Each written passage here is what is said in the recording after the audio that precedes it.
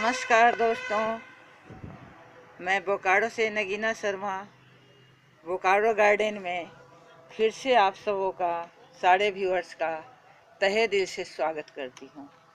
दोस्तों, मैं आज आपसे जो शेयर करने वाली हूँ उसमें मिट्टी कैसे बनाते हैं, मिट्टी में कैसे क्या डालते हैं, इस पर बहुत सारे व्यूअर्स ने पूछा है।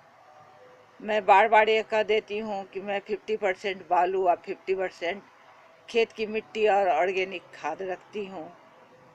तो कहीं ना कहीं लगता है कि मेरे कहने में कुछ कमी रह जाती होगी, जिसके कारण लोग समझ नहीं पा रहे हैं। तो मैंने सोचा कि आज आपको यह दिखाकर ही शेयर कर लूँ कि मिट्टी असल में गमले के लिए किस तरह की रहनी चाहिए। तो दोस्तों, यहाँ मैंने एक ग्लास रखी है, इसमें मैं बालू डाल देती हूँ, सैंड डाल देती हूँ।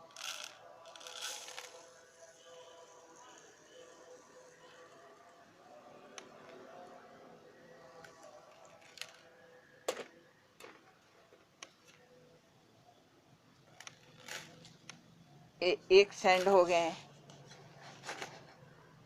और फिर एक और डाल देती हूँ। सैंड, बालू, रेत, आप जो भी चाहें इसको कह सकते हैं। थोड़ी सी और है, बहुत थोड़ी सी बची है, इसको भी मैं डाल ही देती हूँ, बहुत थोड़ी सी है। दोस्तों, अगर एक आध थोड़ा सा कुछ ज़्यादा या थोड़ा कम पड़ जाए तो ऐसी कोई घाटे की बात नहीं है। तो इसको मैं मान के चलती हूँ कि 2 या 2.5 ग्लास इससे हुए। तो ये सैंड हो गए। अब मिट्टी डालनी है, तो मिट्टी इधर से मैं इसमें भर के आपको दिखा रही हूँ। भर के इधर से मिट्टी आपको दिखा देती हूँ। एक ये मिट्टी हो गई।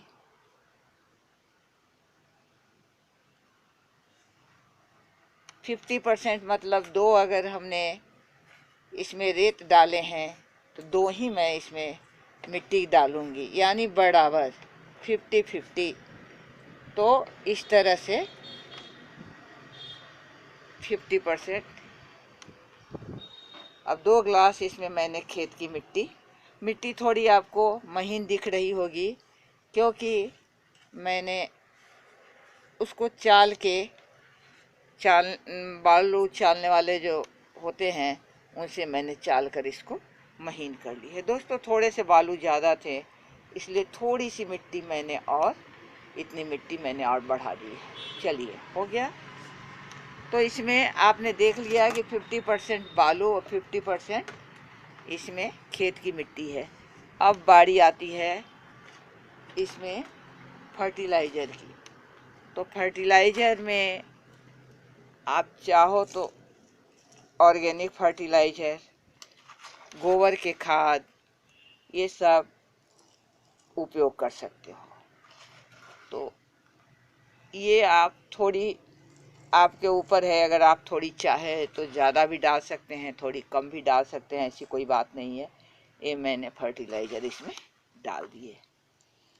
तो आपने देखे होंगे कि 2 बालू, 2 खेत की मिट्टी और एक ये ऑर्गेनिक फर्टिलाइज़र। अब सबको ऐसे करके मिला देते हैं। दोस्तों, व्यूअर्स ने कहा है कि आप दस्ताने का इस्तेमाल किया करें, तो अपनी आदत के कारण मुझसे वो इससे हो नहीं पाता है, मैं हाथ से ही करने लग जाती हूँ। तो इस तरह से इसको अच्छी तरह से इसको मिला दें।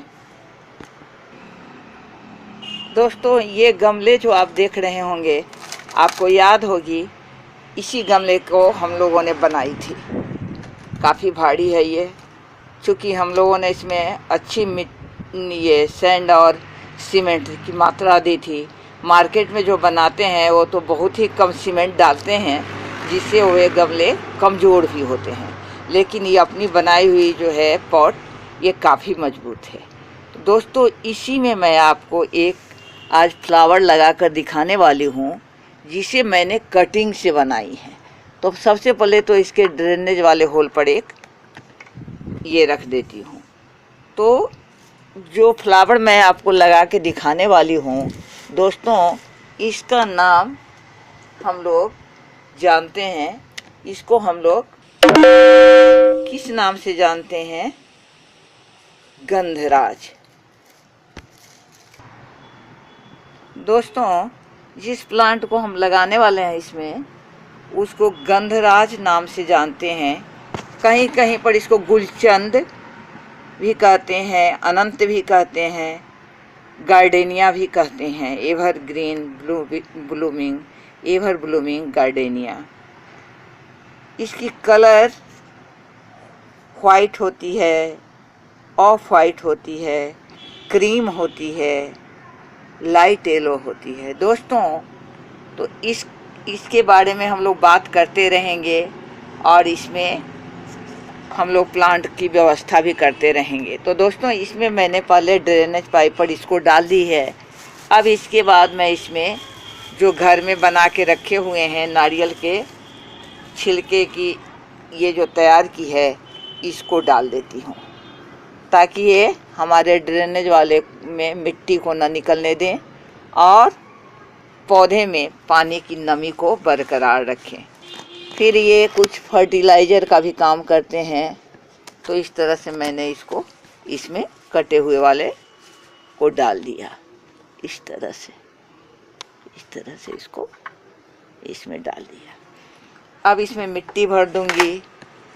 तो दोस्तों, इस फूल की क्या खासियत है, क्यों इसको लगाते हैं? बंगाल में इसको काफ़ी अहमियत दी गई है, क्योंकि इसकी सुगंध काफ़ी अच्छी होती है। इतनी खूबसूरत इसकी सुगंध मन भावन होती है कि आप इसकी सुगंध से प्रभावित हुए बिना नहीं रह सकते हो। दोस्तों, चाइना में भी इसकी काफ़ी फूलों की चाइना में भी इसकी काफ़ी ये है, काफ़ी लोग लगाते हैं। वहाँ तो इसके फूल से मेडिसिन्स वगैरह भी बनते हैं, दवा में भी इसके काम आते हैं। मैं इधर मिट्टी ले रही हूँ, इधर लगा रही हूँ, तो इधर हो जा रहे हैं। दोस्तों, ये धूप में रहने वाले पौधे हैं। इन्हें आप अगर ठंडे में रखोगे तो ये सरवाइव नहीं कर पाएंगे, इनको काफ़ी धूप चाहिए। ये इतने सुगंधित हैं कि मधुमक्खी, तितली सबको अपनी तरफ आकर्षित करते हैं। मनुष्य की तो बात ही छोड़े, शादी ब्याह में ये काफ़ी काम में आते हैं। दोस्तों, मैंने इसे एक डाल से लगाया है। ये देखिए, इसकी जड़ें देखिए, कितनी जड़ें आ गई है। मैंने इसे एक डाल से लगाया है। मैंने 3-4 डाल लगाए थे, सारे के सारे डाल पौधे बन गए। तो उसमें से मैंने एक को बड़े गमले में लगा दिया है। मेरे घर में ये ज़मीन में लगे हुए हैं, काफ़ी अच्छे फूल देते हैं। उसमें से 3-4 डाल मैंने काट कर लगाए थे। सारे जब बन गए पौधे, तो एक आध तो लोगों ने जो डिमांड किए उनको मैं दे दी, और एक बड़े गमले में मैंने डाल दिए, और ये एक मैंने छोटे गमले में लगा रखे थे। जब लग गया था तो मैं इस गमले में उसको लाके लगा के रखी थी। अभी मैं इसको निकाल ली हूँ, इसमें से निकाल करके आपको शेयर कर रही हूँ। तो इसको मैं बोनसाई बनाने का सोच रही हूँ। बोनसाई में भी ये पौधे बहुत अच्छे काम आते हैं।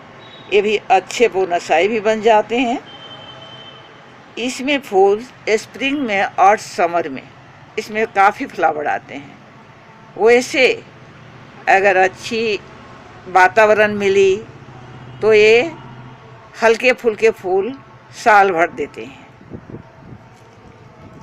दोस्तों, हमारे महाकवि रविंद्रनाथ ठाकुर ने इस पर कविता भी लिखी है, लेकिन मैं यहाँ कविता नहीं पढ़ने आई हूँ। अभी मैं आपको ये बताने आई हूँ कि इसकी सॉइल कैसे होनी चाहिए। इसकी सॉइल जो है सो एसिडिक होना चाहिए, उसमें ये अच्छा ग्रोथ करता है। आप चाहे तो इसको ज़मीन में लगाएं, गमले में लगाएं, जैसे चाहें ग्रो करें। इसके सॉयल अल्कालिक नहीं होना चाहिए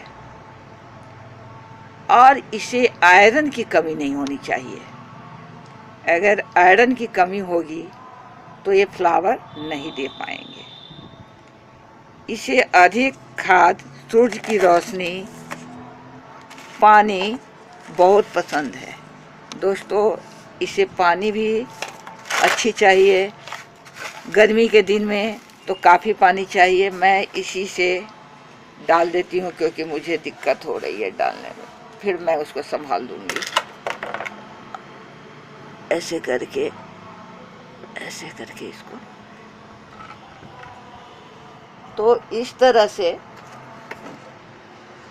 अभी जो मैंने बनाए थे मिट्टी वो कम पड़ गए, तो मैं पहले से जो बना के रखी हो उस मिट्टी का इस्तेमाल कर लेती हूँ।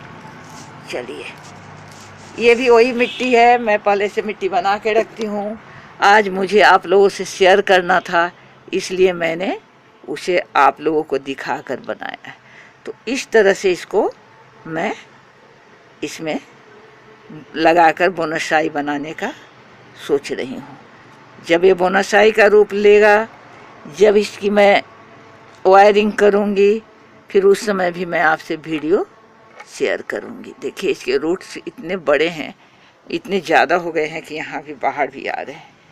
तो इस तरह से इसको अभी ज़्यादा छेड़छाड़ नहीं करते हैं। लगाने के समय चुपचाप से इसको लगा देना है और पानी डाल देनी है। फिर 2-4 दिन तक इसको ठंडे में रखना है, धूप में नहीं रखना है। जब ये थोड़ी जड़ पकड़ ले, यहाँ पर जड़ तो इसकी इतनी तगड़ी है लेकिन फिर भी यहाँ पर पकड़नी ज़रूरी है।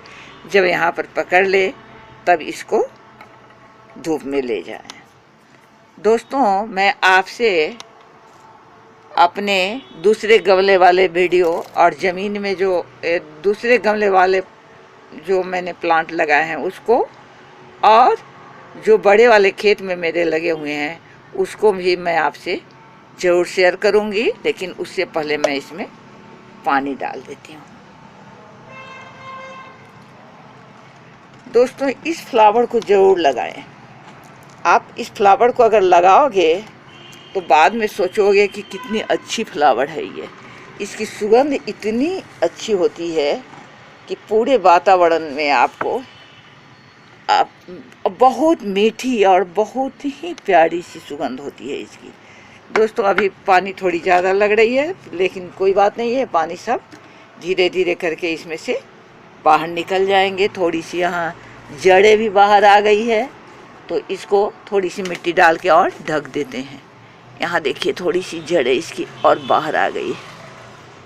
ये थोड़ी सी इसी की निकली हुई मिट्टी है, जो इसमें से निकली थी वो भी अच्छी रहेगी कि इसको अपनी मिट्टी मिल जाएगी। क्योंकि जो पौधे भी हमारे आपके जैसे सजीव हैं, ये निर्जीव नहीं है, हम सभी जानते हैं। तो इनको भी अगर जगह बदला जाता है तो इन्हें पानी भी समाप्त हो गई है। खैर कोई बात नहीं है, पानी तो पहले काफ़ी डाल रखी है हम लोगों ने। ये देखिए नीचे ड्रेनेज से पानी आ भी रही है। ये देखिए, पता ना आपको दिख रही है या नहीं दिख रही है, पानी आ भी रही है। तो पानी काफ़ी हो गई, इसलिए घबराने की बात नहीं है। पानी लग जाएंगे और अच्छे से सरवाइव करेंगे। गमले में, बड़े गमले में जो मैंने लगाए हैं वो ये हैं। ये देखिए, वो छोटे गमले में थे तो उनमें चमक कम लग रही थी उनके पत्ते में। तो मैंने सोचा कि नहीं, अब इनको अलग करना ज़रूरी है, बड़े में डालना ज़रूरी है। देखिए इसमें कुछ टहनियाँ भी निकल रही है। ये नन्ही नन्ही टहनी इसमें निकलना शुरू हो गई है। इधर भी निकल रही है, यहाँ इधर भी। ये तो इस तरह से ये मैंने डाल काट के इसको जिनसे डाल काट के मैंने वे पौधे तैयार किए हैं, उनके मदर प्लांट ये। इसमें देख रहे होंगे कुछ पत्ते थोड़े पीले हो रहे हैं। पीले वे इसलिए हो रहे हैं कि यहाँ पर जहाँ पर मैं इसको रखी हूँ, ये ज़मीन में है, यहाँ पर धूप थोड़ी कम आती है, इसलिए थोड़े पीले हो रहे हैं। पेड़ काफ़ी बड़े हैं, आपको दिख भी रहे होंगे। ये मदर प्लांट है, इसी की डाल काट करके मैंने लगाई हुई है।